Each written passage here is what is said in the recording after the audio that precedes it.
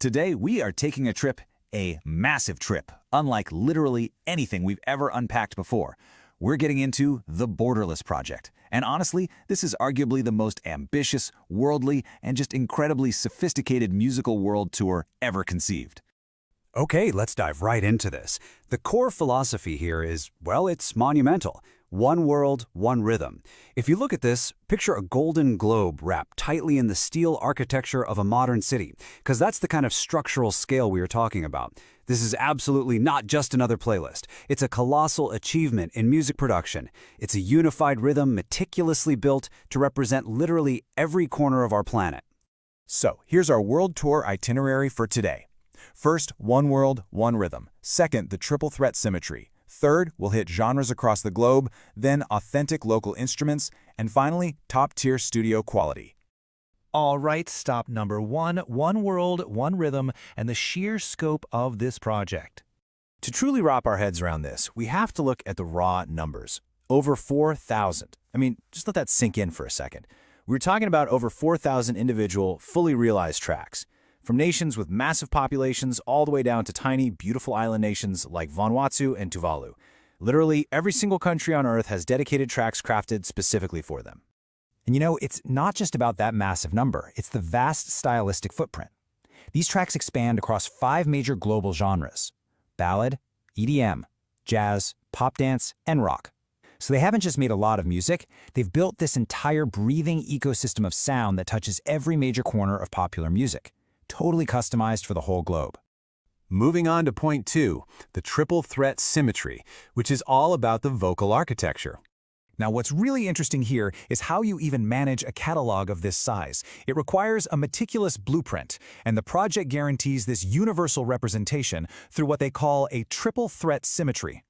As you can see, the catalog is split perfectly evenly.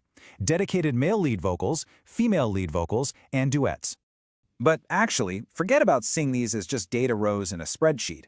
This vocal symmetry is what breathes real human life into the whole thing. In those duet tracks, the male and female vocal lines, they don't just, sing at the same time. They intertwine. They trade leads back and forth. They're having a genuine musical conversation that echoes across nations. It adds this incredibly deep, human, emotional texture to what is otherwise a massive structural achievement. Okay, part 3, genres across the globe. A cultural map. Let's zoom in geographically here, because how do you take a massive genre like rock or pop dance and actually make it fit the entire world? Well, they didn't just blindly paste generic rock over Senegal. No, they crafted hyper-specific subgenres. So Senegal gets Afro-rock. Jamaica gets this highly specialized dance hall pop fusion. Lebanon actually features these sweeping opera duets. I mean, just imagine the logistical nightmare of coordinating a culturally accurate opera duet for Lebanon within a global pop framework. But they pulled it off flawlessly. And that means we get to discover these incredibly hyper-specific fusions. For example, the Ivory Coast is represented with a customized coupe décalé pop fusion. South Korea is given this driving K-pop rock subgenre, which honestly sounds like the most beautifully chaotic energy ever committed to a hard drive. This worldly tour completely refuses to just copy and paste standard radio hits. It creates authentic, local fusions that deeply respect and elevate the cultural texture of every single region. Which brings us to part 4, authentic local instruments, or really, the sounds of home. So the crucial point is, it's one thing to call a song Afro-rock on paper, right? But how do you actually execute that? The secret is in the instruments. Looking at the metadata, we see things like the dranyan used for Bhutan, the charango and siku for Bolivia, the bandoneon for Argentina, and the duduk and dal for Armenia. This right here is what elevates these 4,000 tracks from just generic mass-produced pop into actual culturally authentic masterpieces. They've quite literally built the sounds of home right into the foundation.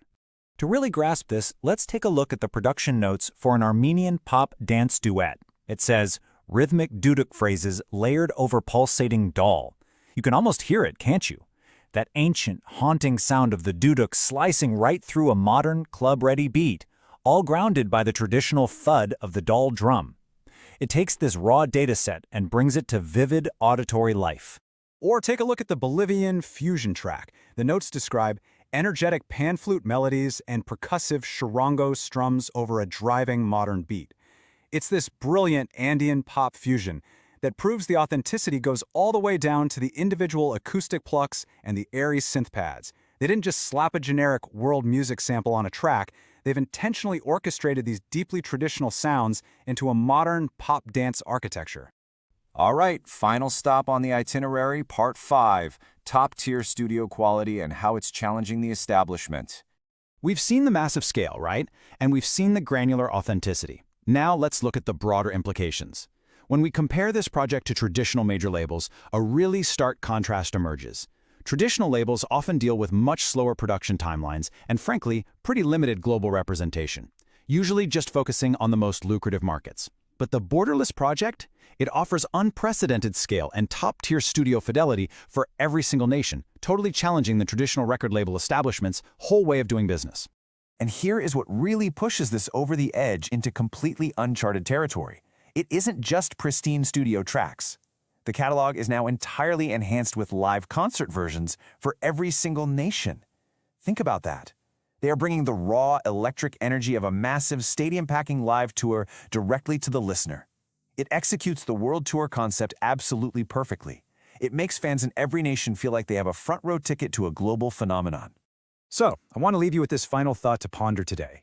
If a project can generate over 4,000 highly authentic tracks, complete with live stadium versions and traditional instrumentation for literally every country on Earth, what does borderless music mean for the future of global artistry and traditional record labels? It's a colossal achievement that shifts the entire paradigm. Thank you so much for joining me on this World Tour Explainer, and I'll catch you next time.